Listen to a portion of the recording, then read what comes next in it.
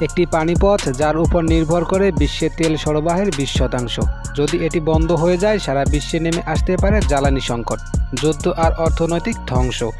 এবং এই ভয়ঙ্কর পানিপথের নাম হরমুজ প্রণালী। ইরান হুমকি দিয়েছে, আমরা এটি বন্ধ করে দেব। কেন, কিভাবে?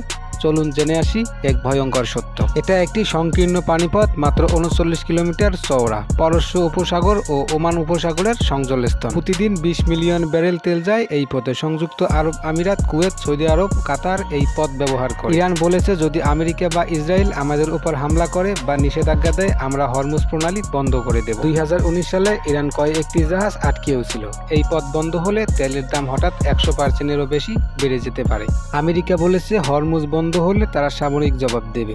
রাশিয়া, চীন, ইউরোপের গভীর উদ্বেগ জানিয়েছে। মার্কিন সেনাবাহিনী এই অঞ্চলে যুদ্ধ জাহাজ মোতায়েন রেখেছে। যদি ইরান সত্যি করে হরমুজ বন্ধ করে দেয়, তাহলে তা হবে সরাসরি যুদ্ধের উস্কানি। ইসরায়েলও পরমাণু বোমা প্রস্তুত রেখেছে বলে দাবি করেছে। তৃতীয় বিশ্বযুদ্ধের আকাঙ্ক্ষা বেড়েই যাচ্ছে। এই ছোট্ট প্রণালী পৃথিবীকে নামিয়ে আনতে পারে আগুনের লেলিহান শিখায়। এই ঘটনা কিভাবে বদলে দেবে বিশ্বকে, তার সময় হলেই বলবে। কমেন্টে জানাও, যদি যুদ্ধে বেঁধে যায় কে দায়ী থাকবে।